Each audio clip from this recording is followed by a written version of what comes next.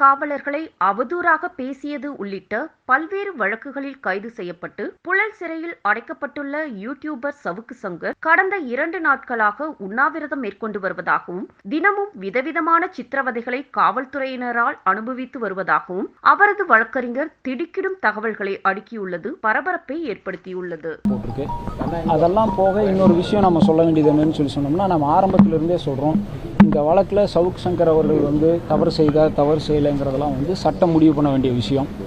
நம்ம அது முதல் பேட்டியிலிருந்து சொல்லிகிட்டு இருக்கோம். அவர் தவறு செய்திருந்தாருன்னா நீதிமன்றத்தினால அவர் வந்து குற்றவாளின்னு தண்டிக்கப்பட்டு அவர் தண்டனை அனுபவிக்க போகிறார். இரண்டாவது பார்த்திங்கன்னா, இப்போ நம்ம வந்து என்ன சொல்ல வந்திருக்கோம் அப்படின்னா, முதல்ல இருந்தே சொல்கிறோம், சட்டத்துக்கு மீறிய வன்முறைகள் வந்து அவர் மேலே நிகழ்த்தப்பட்டிருக்கு. கோவை சிறையில் வந்துட்டு அவர் தாக்கப்பட்டிருந்தாருன்னு சொல்லியிருந்தோம். அதை மெய்ப்பிக்கின்ற வகையில் வந்து கோவை நடுவர் நீதிமன்றம் 4 வந்து ஒரு உத்தரவு போட்டு அவருக்கு வந்து வலது கையில் அடிபட்டிருந்தது, ரைட் ஹேண்டில் கட்டு போட்டிருந்தோம். இதெல்லாம் போக சிறைச்சாலையை மாற்றணும். சிறைச்சாலை ஏன் மாற்றணும்னு சொல்லி சொன்னோம்னா, அவரை பொறுத்த வரைக்கும் அந்த சிறையில் வந்து தனிப்பட்ட முறையில் அந்த ஜெயில் சூப்பர்டென்ட்டுக்கும் அவர் வந்து ரொம்ப கொடுமைகள் பண்ணுறாருன்னு சொல்லிட்டு ஆனரபிள் ஹைகோர்ட் ஆஃப் மெட்ராஸ் அடிப்படையில் சிறை மாற்றப்பட்டு இப்போ சென்ட்ரல் புழல் சிறையில் இருக்கார்.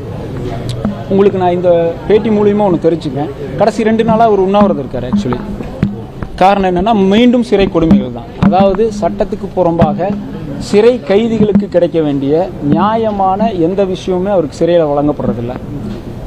அது என்னன்னு கேட்டிங்கன்னா, நம்ம முதல்ல கோயம்புத்தூர் சிறையில் சொன்ன மாதிரி அவரை வந்து ஒரு மனநலம் பாதிக்கப்பட்ட ஒரு மென்டல் பிளாக்கில் வச்சுருந்தாங்க, தனிமை சிறையில் வச்சுருந்தாங்கன்னு சொல்லி தான் சென்ட்ரல் புழல் சிறைக்கு மாற்றணும், சென்னைக்கு. திருப்பியும் அதே கொடுமைகள் அங்கே நடந்துகிட்ருக்கு. சொல்ல போனோம்னு சொல்லி சொன்னோம்னா, 24 மணி நேரம் ஒரு காவலரை போட்டு, சிறைங்கிறதே ஒரு காவல் தான், அந்த காவலுக்குள்ளேயும் இன்னொரு காவலரை 24 மணி நேரம் போட்டு அவரை வந்து தொடர்ந்து மன சித்திரவதைக்கு செஞ்சிட்ருக்காங்க இந்த சிறை நிர்வாகம். இதை நாங்கள் வந்து கண்டிப்பாக வந்துட்டு நீதிமன்றங்களுக்கு எடுத்து சென்று அந்த சிறை கொடுமைகளுக்கு எதிராக வந்து நாங்கள் வந்து மனு அளிக்க போகிறோம்.